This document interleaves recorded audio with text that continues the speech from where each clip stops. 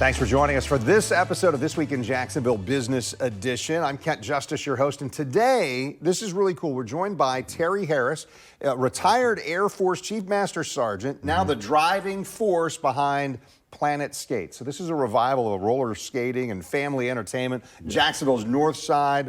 I'll let you talk about some of the details here, but one of the things that caught my attention, Terry, was first entertainment center of its kind in more than 40 years in that part of the community. So I want to hear today, and you're going to get to be part of this too. Terry, we want to hear about your vision for this, and that it's much more than just business. It's about opportunity, safety, giving kids a place to grow. So Terry, thanks for being here. And let's start with what drew you into this mission. Well, basically, I am a skater as well. And I've been skating pretty much entire life, and just going around to different roller skating rinks and seeing that it still exists. People think roller skating is very big. We have a big, large roller skating community. We have an association, the RSA, that I'm part of, and it's just rink owners, operators, everything to do with roller skating. We do conventions every year, so I'm really all in on that side of it. Where it came to fruition in my mind was I wanted something for my community. I grew up on the north side. We had a roller skating rink back in the 70s. It was owned by our city councilman, one of our city councilman, former city councilman, Mr. Gibson. It was Skate City.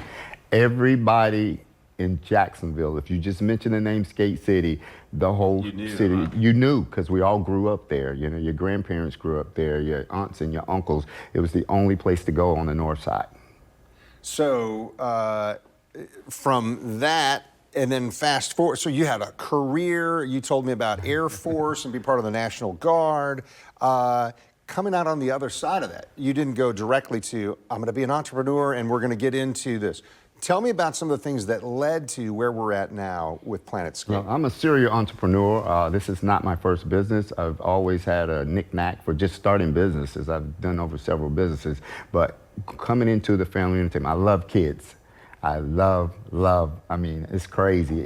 Even as a child, I just love kids, and I love seeing kids have a good time and just laughing and giggling. So that was my whole thing with this here. Where are the kids going to play? Where are they going out at? There's not many opportunities here in Jacksonville to do that. So I was complaining one day about, well, the kids are always getting in trouble. The teenagers are on the news. My wife said, you're always talking about it, but what are you going to do about it? And I just stopped. I say, when I retire, I'm gonna open a skate rink. And nah, that's crazy. I say, I'm gonna open a skate rink. And then 3 years later, I retired from the Air National Guard, Chief Master Sergeant with over 35 years of service. And I decided to open a skate rink. And that's how it just come about. That's when marriage is at its best, is when your spouse says, I've been listening to you. You're saying this. What are you going to do? What are you going to do about it? So you're telling me a little bit about the idea here for Planet Skate. But what does it mean to you personally, I guess, to bring skating back home there? The north side, like I say, it's in the OK Mart Plaza. That's right at Sutel and what's that street? Sutel and Lim Turner.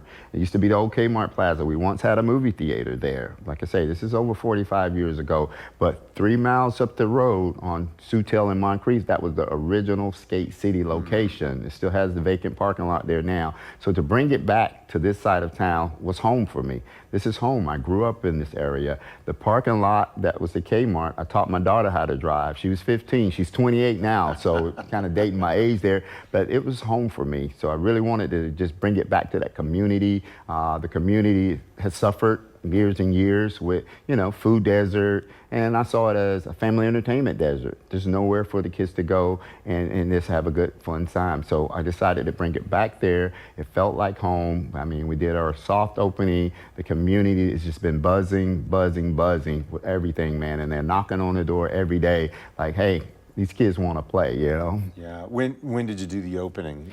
We did tell me about some of the numbers maybe since then on people who are saying, I'm in. Okay, so we did the grand opening. We did a soft opening, and then we did a grand opening this past Friday. It was great. We had a lot of families come out, you know, a lot of little kids, and I was really trying to bring the families together, spending quality time with the kids, because I like the kids, and it was pretty successful. And then the mayor stepped in, you know, with me reaching out to my district council, Mr. Gaffney, he stepped up to the plate. He rallied the team together, and yesterday we did the official ribbon cutting. Mayor Donna Dean came out. It was crazy. I say 11 o'clock, nobody's gonna be there. People at work, they're at school, but the whole parking lot, man, there's people everywhere, you know. And so I was like, okay, that was a blast right there. So just her coming out, taking affirmation time. of your efforts. Yeah. That kind of support, right? And they did a proclamation because they're aware of the story, just like you guys know the story about the entertainment desert for kids and just nothing being there for them to go to and have fun, good family quality time. Yeah, I guess, I mean, what kind of economic growth or community development do you really hope for comes out of this because you're creating this new entertainment space, a family-focused place? Just like when I did my research, there's a lot of vacant parcels out there. I mean, you got department stores are closing down. You got a couple CVS's in the area that would be great for a trampoline park. There's a lot of big box stores are just closing down now. So I really see as an opportunity for other investors. But the stigma attached to it, I don't want to go over there. I don't want to invest my business on that time. I decided to take a risk because somebody's got to do it. And so I feel like, you know, they see me now. I've got tons of calls. I don't know how you got my number, but that's great. You got it. I'm here. But people are calling from everywhere, just blown away about somebody willing to invest their blood, sweat, and tears in that community. So we have a strip mall about 1.5 miles. It's got about 5 vacant properties there. I'm talking with some investors like, hey, trying to get, you know, a trampoline park on that side of town, maybe even a bowling alley. So this is what it takes. It takes somebody just sticking their neck out, and then other people will look. It's like, wait, whoa. We can bring to this. It's going to bring jobs to the community. We hire mostly teenagers. You know, we help them most of their first jobs. So it's great. We can bring them in and groom them. It's also a mentoring program for me. Okay, for me, it's a mentoring program. A lot of the kids are from, you know, dysfunctional families. They don't have the resources to do this and that. Well, man, we really help them out with, you know, just finding their way, teaching them discipline, teaching them work ethic, teaching them manners. That's where I come in. You know, some of them have problems at home. I'm their father. Some of them have problems in school. I'm their teacher. And that's what I really lean into, is my part of giving back to them. I'm big on the military. You know, I've had, you know, with our other facility in Arlington, Skate City, in the last year, I've had 7 kids to go into the military. You know, 7 kids in the last year from my facility. And I know that's a reflection of leadership. That's a reflection of me and how I just want to drive these kids to be the best they can be. You know, that's pretty what it is for me. Do you point them toward Air Force? I just let them go somewhere. I say go somewhere. Just get out your mother's house, go somewhere. But I got one just left last week for the Army. I got ones in basic training now in the Navy. I have 2 in the Air Force that's in Alaska right now. And it just blows my mind because sometimes you think they're not listening. But and when then you they sign up. when you wind up, it's like, Mr. Terry, you got to sign this. I leave next week. I was like, okay. But I kind of follow them along the path once a recruiter starts to get in their ear. I just kind of make sure that, you know, they make the right decisions because it's a lot of stigma attached. Don't join the military. Go to college. Everybody's not ready for college. I wasn't ready for college. You know, I wanted to go and see the world and travel, and the only way I can do that was through the military. Yeah. Terry, this is awesome. As I've watched the stories that we've done at Channel 4 and heard some of your comments there, I know you've talked about after-school programs, even STEM activities. So what kind of maybe youth programming do you plan to host, and why is that important to this vision that you're sharing this? It's part of the community because it's a lack of resources. When we have this 20,000 square foot facility, not only 9 to 10,000 is developed. I still have another 5,000 to 6,000 of storage space in the back that we're looking at turning into computer labs. You know, we're going to do our after-school program. We have at least 7 schools in the area where the parents will be able to drop their kids off. We help them with homework. They can get a little snack. They can roller skate, and then they can come pick them up at 5 or 6 o'clock. I'll go home and take a nap, then come let us babysit. But the STEM program is big. It's big a part of the whole RSA, our Roller Skating Association. We try to get a STEM program in every roller skating rink in America. I have a STEM licenses. We have a 501(c)(3), so we're just gonna facilitate those resources and bring them in the community and just use it. We're gonna love on that community, and that's what it is for me. It sounds like it, making an impact through some of those things that you'll offer there. Yes, sir. I know when I've heard you talk about this, one of your motivations was seeing that kids didn't have enough safe activities in their area in Jacksonville. So how do you make Planetscape a welcoming, secure place for families. Okay, yes, skating rinks normally have a stigma attached to them that it's a bad place, but they're really not. Kids that come to skate, they really come to skate. Our policies is the parents can't drop them off. We're not a babysitting house, so they can't drop them off if they're a certain age, like 15 and under. They have to be with an adult. Okay, we will have security on site, to check everybody. We check everybody's bags, just like you go through the Jaguar game. We check your bags. We just want you to come in and feel comfortable, and that's the thumbs up we receive from our customers. I like what you're doing at the front door, because you never know what's on somebody's mind nowadays. So we strict people. We make sure we vet them very well. We even check the birthday cake. Is there anything in that birthday cake? Because you never know what's going on. Yeah, I'm curious just about what you're explaining, your passion is. Have you seen any early signs? Have you gotten feedback about kids? Do you see them building confidence just by being in the space? Well, roller skating does exactly that. Roller skating is the only form of recreation when you get everything as a child to help you develop. Roller skating gives you exercise. Roller skating gives you entertainment. And then they get relationships. The kids, it blows my mind. Kid will come in there, not even know another kid, and they're holding hands and they're skating. And I ask them, Mama, that's his cousin, that's his friend? No, they just met today and they buddy up. So it builds that camaraderie, it establishes a relationship, and once they learn to skate, their confidence is through the roof. There's nothing you can do. They want to skate every day. I got parents say they rather skate than go to school. It's like, it's school day, but I still want to go skate when I get out of school. So that's really going to bless the community, because that's what it does. It provides those three things. No other recreation activity provides those three forms that help build a kid and have them all well-rounded. No other. So the first skating facility for you there in Arlington, right? Yes, Skate City, Jacksonville. And so Skate City, Jacksonville, and now Planet Skate also? You're doing both of them? Yes, that's both of us. When I'm hearing about that, I'm curious about launching a facility here. It's a major undertaking, and I know you said you're a serial entrepreneur here. What have been some of the biggest challenges, and how are you building maybe long-term sustainability? Well, basically, you have to institute the programs that we're talking about, like the STEM initiatives, bringing the kids out. We do a host of field trips, host of summer camps, but the sustainability is going to take the community then buy into what you're doing. Like I say, it's just not a drop-off point. It's not going to be a hangout for kids to hang out. It's going to be a facility where they can come and get the resources they need. They can get the after-school program stuff they need, and they can come and have a good time, and they can have their birthday parties. All that's going on. So the sustainability is just us working it right, trying to do it right, and that's the main thing. You got to get it right, and you got to get it right pretty much every time. So you want to win that customer over, and that brings more customers over. I really like what the city of Jacksonville been doing when we did the launch with Skate City and Arlington. It's just the permitting process was so hard to get to permit and to get past the inspections and it took so long, 30 days, 60 days. This, when I spoke to Councilman Gaffney, I said, hey man, I'm gonna open a skate rink. He said, well, when, next year? I say, no, in 3 months. You can't do that in 3 months, but typically I did Arlington, and I did this one in 6 months, but the permitting process, I really wanted to thank whoever's working that area. Those permits for electrical, plumbing, they was coming through in like 20 days, 25 days. The restaurant, for the concession area, it was like 7 days. That's normally 30, 60 days out. And a lot of times that's what keeps businesses from growing. We're stuck in the permitting process, and you're spending all these funds, and you're still waiting on a permit. Now rent's due. So that thing there, they really fixed that a lot. And I'm really proud of the city of Jacksonville and the building and zoning department.